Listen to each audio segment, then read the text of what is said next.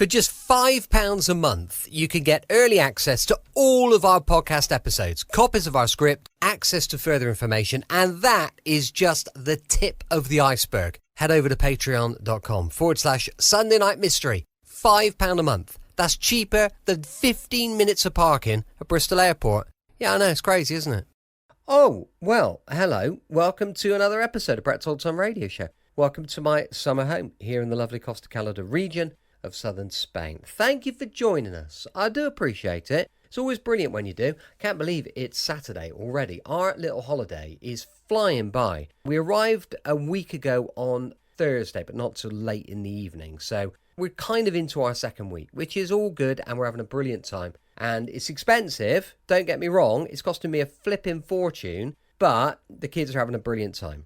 I'm Brett, I'm your host for our Nighttime Podcast. Welcome to another episode. I've got Facebook, Instagram, and YouTube. All called Brett's Old Time Radio Show. If you could give us a follow, you would be an absolute hero. Will you be one of my heroes? Time now for an adventure, and an amazing adventure it will be, with insurance investigator Johnny Dollar. This one first broadcast on the 1st of August, 1951.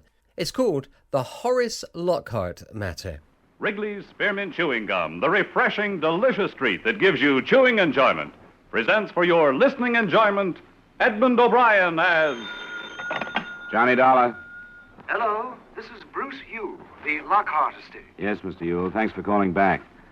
I want to let you know I was in town. I'd like to get together with you if you have time to see me. Why, yes, I just got out of court, and I have a meeting in a few minutes. It shouldn't take long. Could you meet me at 5:30 for a drink? Sure, any place you say. All right, there's a place called Todd's right around the corner from my offices on Spring. I can find it. This is quite a mix-up, Mr. Yule. The Lockharts being killed like that? Yes, it is. Are you any closer to learning which one died first? We are not. It was a matter of only a minute or so. Yeah, it's only a $200,000 question who lived those couple of minutes.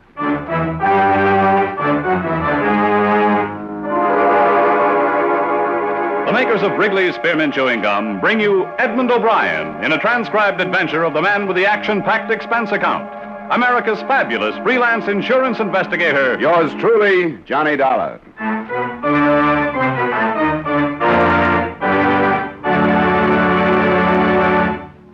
For refreshment while you work, for enjoyment anytime, chew a stick of Wrigley's Spearmint Gum.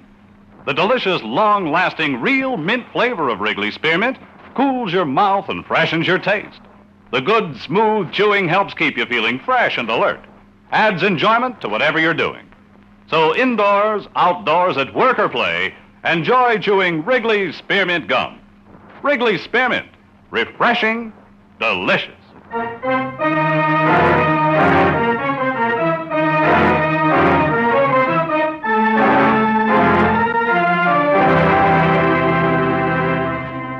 Expense account submitted by Special Investigator Johnny Dollar to Home Office, Washingtonian Life Insurance Company, Hartford, Connecticut. The following is an accounting of expenditures during my investigation of the Horace Lockhart matter. Expense account item 1, $8.90, fare and incidentals between Santa Barbara and Los Angeles. Your Los Angeles agent found that I was on a case in Montecito and saved you some $200 in fare from the East Coast to Los Angeles by bringing me down from Santa Barbara. At 5:30 that same afternoon, I met Mr. Bruce Yule, attorney for the Lockhart estate. You lead off, Mr. Dollar.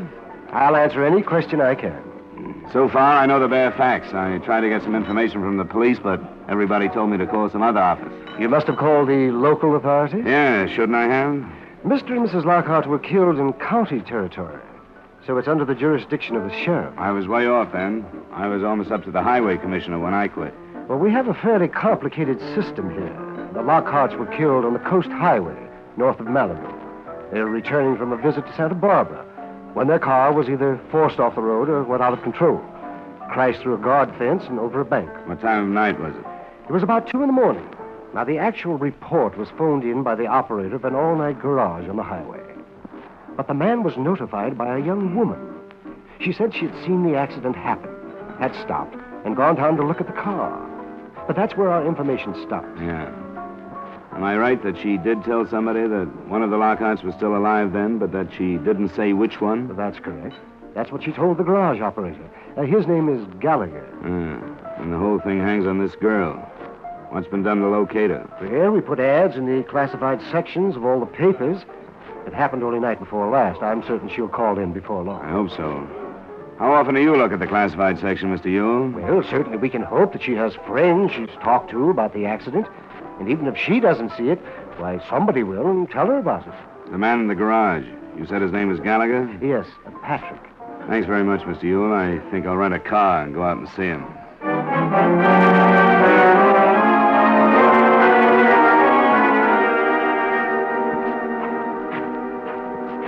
Good evening.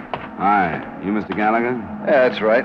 My name is Dollar. I'm an investigator for an insurance company. I'd like to talk to you about that accident the other night. That Lincoln with the man and his wife? Yeah, the Lockhart. Oh, that was a mess. We should get him on this highway. Crazy fool drivers. He was quite a big shot, I read. He was. What I want to find out about is the girl who reported the accident to you. I don't know anything about her. She busted in here all excited and told me about it, and then she left. Never saw her before, and I haven't seen her since. What exactly did she say? You remember? What do you mean? I'd like to learn her exact words if you remember them. What's so important about her? We're looking for her. I'll explain it to you. But do you remember what she said?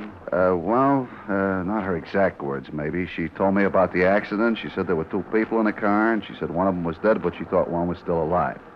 Can you be sure that she didn't say, I think the man is still alive, or I think the woman is still alive? No, I don't think she said that. Did she say there were two people in the car, or a man and a woman? Yeah, I'm not sure. I didn't think anything about that. All I was thinking was calling the police.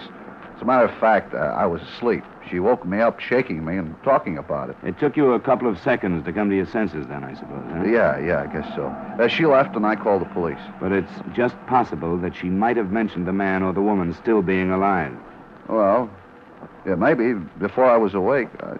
Well, I don't get it. What difference does it make? It makes a $200,000 difference to one of two people, Mr. Gallagher. What are you giving me? You carry life insurance, don't you? Yeah, all I can afford. Well, the Lockharts each had a policy naming each other as first beneficiary. But each of them named a different second beneficiary. Oh, yeah, I'm beginning to see. Mrs. Lockhart had named a son by a former marriage. So if she survived her husband in that crash, even for a minute or so, she became his beneficiary for that length of time. If that was the case, her son is in line for the money from both policies. If she died first, it's the other way around, and her daughter by Lockhart is in line. Oh, I didn't think they cut it that fine. You can see how important it is for you to remember exactly what this girl said. Well, knowing isn't going to make it any easier, to be sure. I'm not sure, that's all. What did this girl look like? Well, I give you a little more help there. She had blue eyes, and it seemed to me she was wearing an awful lot of makeup. It was really plastered on. You couldn't really see her skin. Like stage makeup? What about eyelashes? Were they false? Yeah, they were. Now that you mention it, they were too long to be real. What else? Well, she had a scarf over her hair, but I'm pretty sure it was blonde. And that's about all. She's wearing a coat. Oh, and I noticed when she left, she was barrel-legged and wearing white shoes with high heels. Her legs were tan, so maybe she lives on the beach around here someplace. Could that have been makeup on her legs, too? I don't know. Maybe it was. What about her car? What kind was it? What color? I didn't see it. Didn't see it? No, she parked there by the side of the building where you did. When I was on the phone, she pulled out and headed toward L.A. It sounded like about a Chevy or a Plymouth, something about that size. Yeah. Well, thanks, Mr. Gallagher. If you think of anything more, I wish you'd call me. I'm at the Holmby Hotel on Wilshire. I'll leave my card. I drove up to the scene of the crash about 2 miles farther north. The Lockharts couldn't have picked a better spot. There was an almost sheer drop of more than 20 feet to some big rocks just above the beach. The rocks still showed the marks of the impact. At the sheriff's station on the way back into Los Angeles, I saw their photographs and heard their theory. The car hadn't been forced off the road. The tire marks it left made it appear that either the driver had fallen asleep or that the crash had not been accidental. The next morning, I was summoned by Bruce Ewell to the Lockhart address. I found it at the end of one of the elite roads in L.A.'s prize subdivision, Bel Air.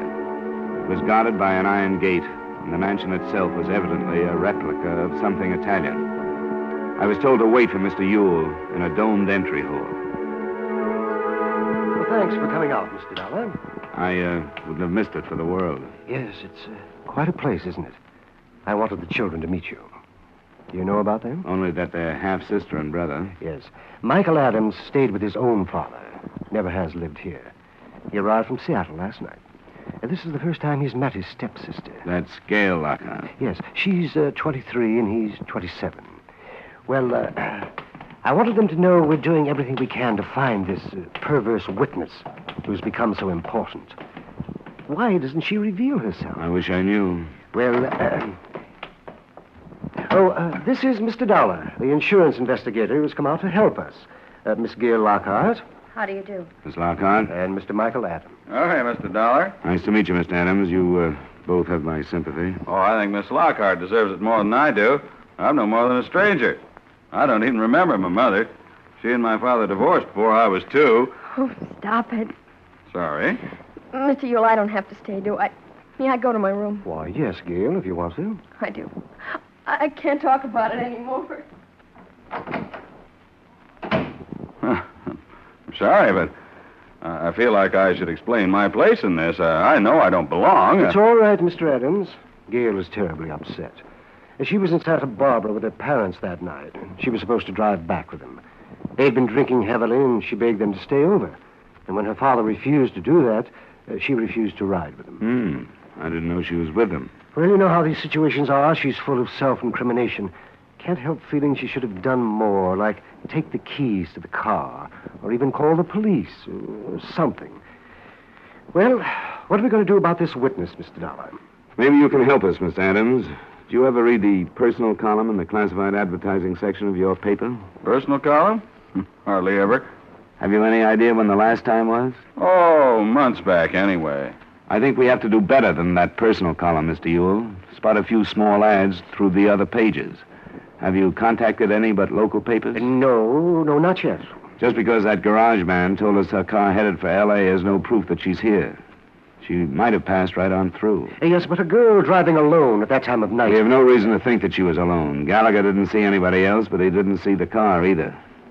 There are people who just don't like to get involved in things like this, you know. Yes, that's true, isn't it? What would you say to posting a small reward? I think that would be a good idea. Not a reward for the information we want, because we'd get too many cranks who would say anything for money. Say, that's right, isn't it? I think we should offer the reward for any information that will lead us to the witness, and print the description Gallagher gave us. That's a good idea. Sure is. But I'll go call my secretary and have her compose an ad, and get it into as many evening editions in the counties as possible. And San Bernardino and Riverside counties as well. Excuse me. Golly. This suspense is really something, isn't it? Yeah. Well, I know I don't deserve any of the money. Why, you could have knocked me over with a feather when I found out she had me in the policy. Oh, I suppose she always felt bad about the way she deserted my father and me and wanted to make it up, huh? That was probably it. But, man, $200,000. If I get that, I'll be sitting on top of the world. I wouldn't spend it yet if I were you. Oh, I know it's a toss-up, but sure would be justice, wouldn't it? With all she'll get anyway, Miss Lockhart doesn't need it like I do. Why, from the looks of this place, she probably wouldn't even miss it. Maybe you're right, Mr. Adams. She probably won't miss anything but her parents for quite a while. Sorry. Can't seem to say the right thing around here. Practical Mr. Adams had to wait along with the rest of us. The second day, the reward was increased. It was increased the third and the fourth day until it stood at $1,000. There it stayed for fear somebody was sitting on the information and watching the price of it go up. A few newspaper and radio reporters played it up on the mystery woman angle, but the actual $200,000 question we wanted to ask her was never let out. We had some worthless reaction, but on the seventh day, we got what we figured was our first break. An apartment house manager phoned Bruce Ewell, and I went out to talk to her. Well, it's not me alone, Mr. Dollar. A few of my tenants have mentioned it, too. We're all curious about this mystery woman, you know. Uh-huh. Well, this is Tuesday, and that awful accident happened a week ago Sunday, didn't it? That's right, Mrs. Brewer. To be exact, about 2 Monday morning. Well, at 10 o'clock that morning, one of the girls who'd been living here left with almost a whole month's rent to live out, Susan Lee. Oh? Would you say she fit the description in the papers? Now, that's why I decided to call. We'd share the reward, but I'd do the talking. Because... especially the theatrical makeup that was mentioned. Susan was a dancer in the naughty 90s nightclub on Santa Monica Boulevard.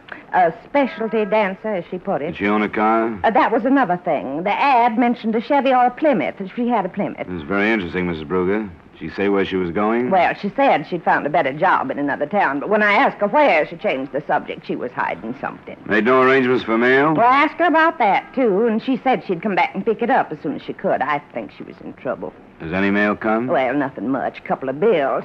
This one today. From a photographer. A photographer? That might really help. Why, yes, he must have taken a picture. Let's see the return address. Oh, wait till I tell the girls. Oh, I hope it's her. Why, I never even knew anybody who ever won a reward before. It was her. As a matter of fact, things developed quite nicely for the next hour and a half, anyway.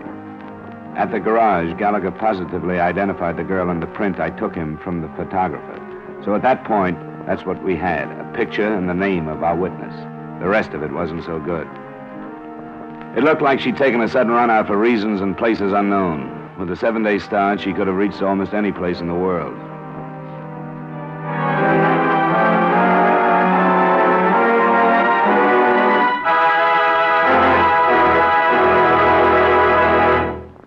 For refreshment while you work, for enjoyment anytime, chew a stick of Wrigley's Spearmint Gum. When your mouth feels dry, when you're warm or tired, Wrigley's Spearmint is really refreshing. The lively, full-bodied, real mint flavor cools your mouth, moistens your throat, freshens your taste.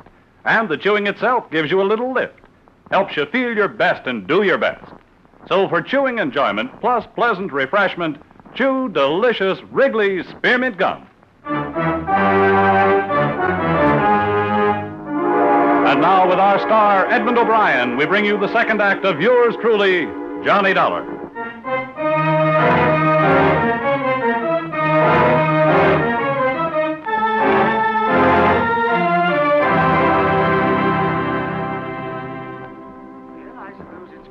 Of a kind, but it doesn't help us very much, does it? No, not yet, Mr. Yule, but it's more than we've had. One thing I'd like to suggest. Yes? I think we should leave the reward ads running just as they are. Oh, you don't think we should get right to the point and add her name and photo to the information? No, not right now. If she's running away from something, we might drive her farther if we did that. I think we should go on as if we haven't learned anything. Oh, yes, I suppose you're right. In the meantime, I'll see what I can dig up.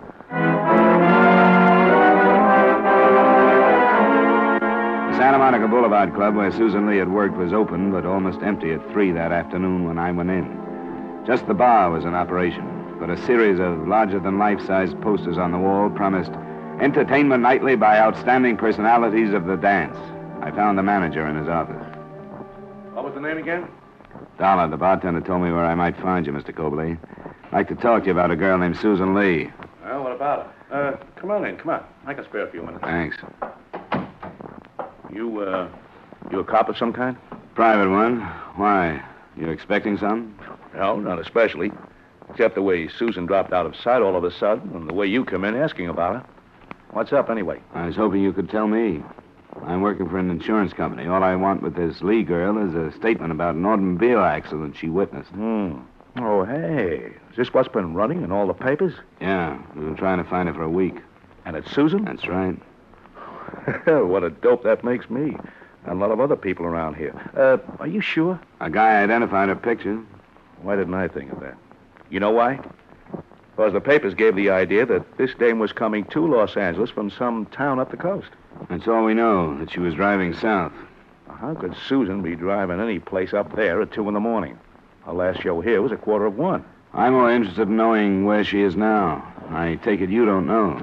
No. Her contract had another week to run, but she called me one morning a week or so ago and said she was sick and could she quit. Was that a Monday morning? Well, I can find... Yeah, sure it was. She called me at home. We're closed on Mondays. Hey, I think I got something for you. What? Well, one of the other girls picked up a pay for her. She wanted to quit, she told me, and I don't make any trouble with the girls who want to leave. And then she wanted Lamine to pick up her check. Well, I said that'd be okay if she sent a note authorizing it, and she did. What did you say, Lamine? Yeah, that's her stage name. You know, these girls get those monikers legalized when they're too young to know any better, and then they're stuck with them. Lamine Dunn. You can tell before you see her that she's brunette and specializes in tassels. Would you mind giving me her address? No, I've got it right over here.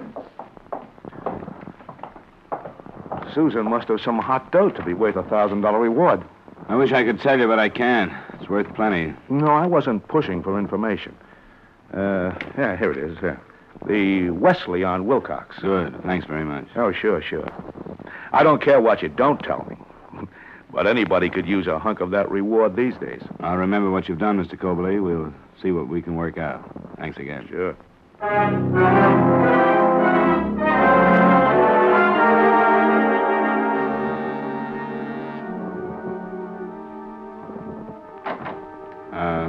Are you Miss Dunn?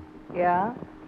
I suppose you've read the papers like everyone else. I'm the insurance investigator who's looking for that girl. She turns out to be Susan Lee. Oh, well, come on in. What have I been sitting on, anyway? You know what we want her for. Because she saw that wreck. But don't you know what could have happened that made her leave town like she did? No, don't you? Well, I know there was...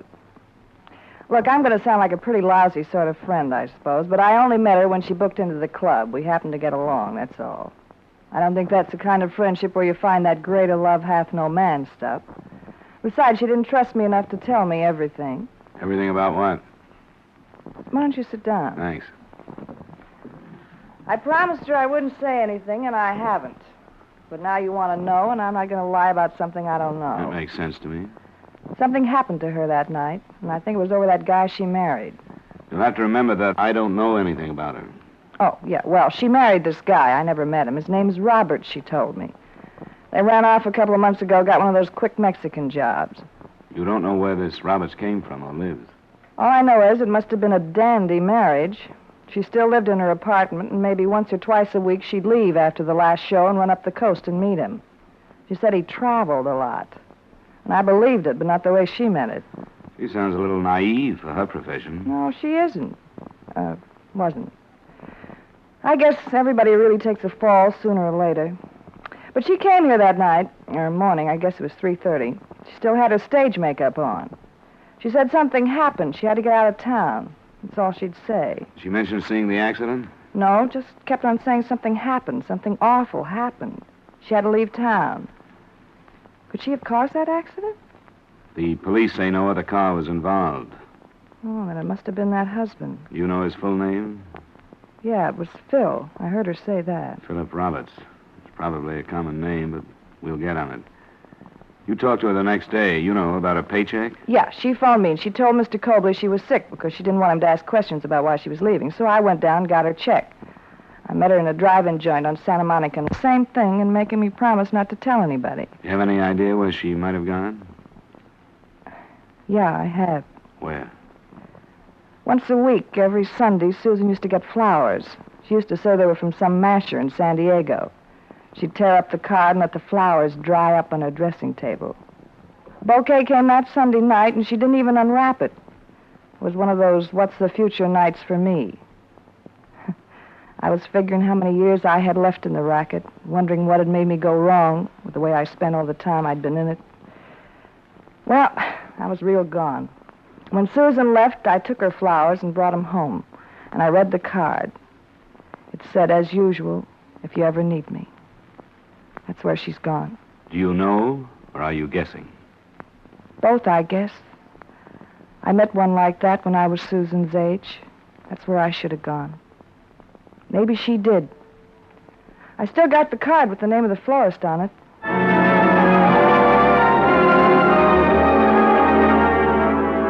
San Diego is some 120 miles from Los Angeles. But when I opened the phone book and saw how many Philip Roberts there were to be checked, the trip seemed short. I didn't get there in time that night, but the next morning I located the florist. He had no trouble remembering the man who so faithfully sent flowers on Sunday. At noon that day, I found Robert's house. I recognized the girl who opened the door to me. Yes? Susan Lee? No, she isn't here. Wait a minute. No, leave me alone. Go away. Get your foot out. I didn't know. I didn't have anything to do with it. I didn't know. Let me in, Miss Lee. You don't have to be afraid. All I want to ask you about is the accident you saw last Sunday night. No, you're lying. Let me in. You're lying. I read about your reward in the papers. You tried to trick me. How did you find me? I had to find you. I didn't do it. I didn't have anything to do with it, no matter what she says. You're saying things you don't have to say, Miss Lee. No, I'm not, because everything else you've heard is a lie. What lies have I heard?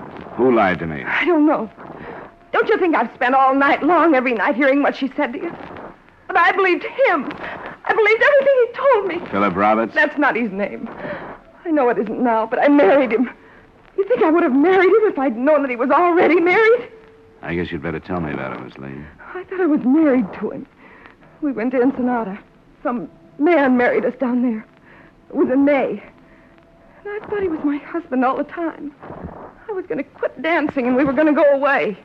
And then Sunday night, I heard them. You were north of Malibu Sunday night? Yes, he rented the cabin for us. When I got there Sunday night, there was another car. I left my car and walked to the cabin, and then I heard them. She called herself his wife, and she used a different name. She called him Carl. I don't know why I listened. I wanted to run.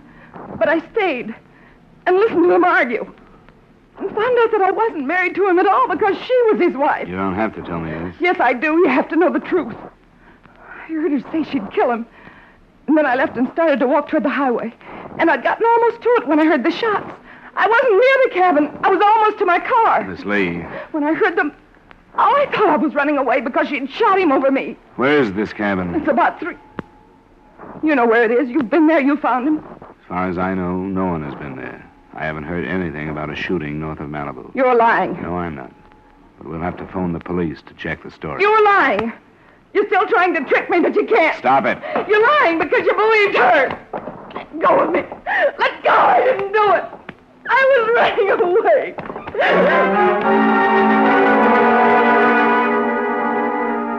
It took some time to digest it. I called the police and saw Susan Lee on her way back to Los Angeles with them, and then called Bruce Ewell. By the time I had driven back, he'd spent a half hour with the girl and gotten the report of the police who visited the cabin. I was called to the Lockhart home for the second and last time, and together with the 2 prospective beneficiaries, I heard what the lawyer had to say. It's a pathetic story. This man entered a bigamous marriage contract with Susan Lee. His first wife followed him to the cabin. She didn't know about the marriage, but she suspected something. At the height of the argument, she shot him and then turned the gun upon herself. Miss Lee was afraid to surrender as our witness. They're both dead? Well, I'll be... Yes, but actually that's none of our concern now. This tortured girl did witness the accident. And in spite of her own problems, stopped to give what aid she could, which of course was none. Did you get a statement from her, Mr. Ewell? Yes, I'm afraid I did. Before a notary public, Susan Lee swore that the person who was alive at the time she viewed the wreck was Mrs. Lockhart. I knew it. Hot dog. Shut up. Make him stop. Get him out of here. I can't stand it. Here, let me take it to you. It's really true? Yeah, I guess it is, if Ewell says so. Man, $200,000. And for what? For being born to the right mother. That's what I call profit on a small investment. Yeah, I guess that's right. $200,000. Why, I bet I can invest that and live like a gentleman the way I've always wanted to. I wonder how much this house costs. Nothing like this in Seattle, but I might show them a thing or two.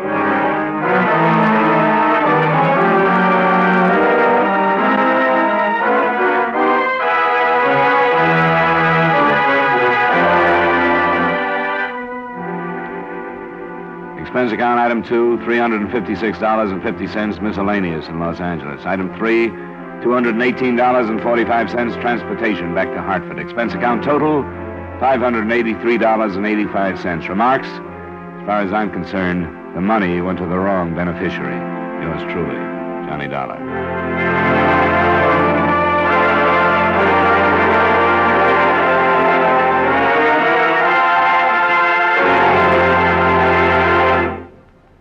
Remember, friends, for refreshment while you work, for enjoyment any time, chew a stick of Wrigley's Spearmint Gum. There's lots of lively, real mint flavor in it to cool your mouth, freshen your taste, and sweeten your breath. And chewing Wrigley's Spearmint helps keep you fresh and alert. You feel better, work better, get more fun out of doing things. So indoors, outdoors, at work or play, always keep delicious Wrigley's Spearmint Chewing Gum handy. For refreshment while you work, for enjoyment anytime, chew a stick of Wrigley's Spearmint Gum.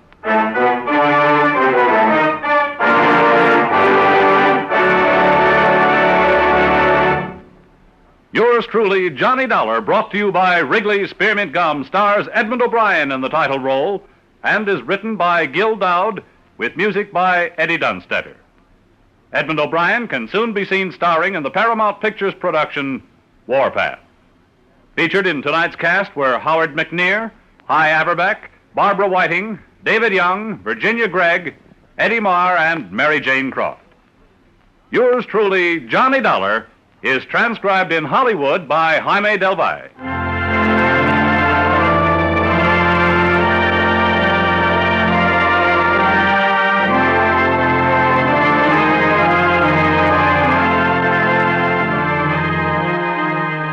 The makers of Wrigley's Spearmint Chewing Gum hope you've enjoyed tonight's story of Johnny Dollar and that you're enjoying delicious Wrigley's Spearmint Chewing Gum every day. We invite you to join us again next week at the same time when, from Hollywood, Edmond O'Brien returns in another adventure of Yours truly, Johnny Dollar.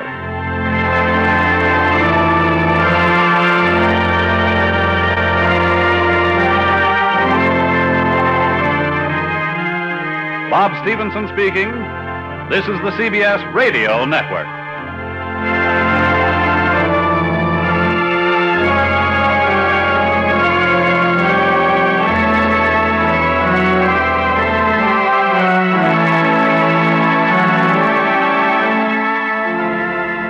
Welcome back. Hope you enjoyed our latest adventure with insurance investigator Johnny Dollar, and more adventure with the man called X tomorrow night, going live at 5 p.m. GMT. As I mentioned earlier, we've got a supporter page, patreon.com/Sunday Night Mystery. And, of course, we've got a mass of social media. Go check that out.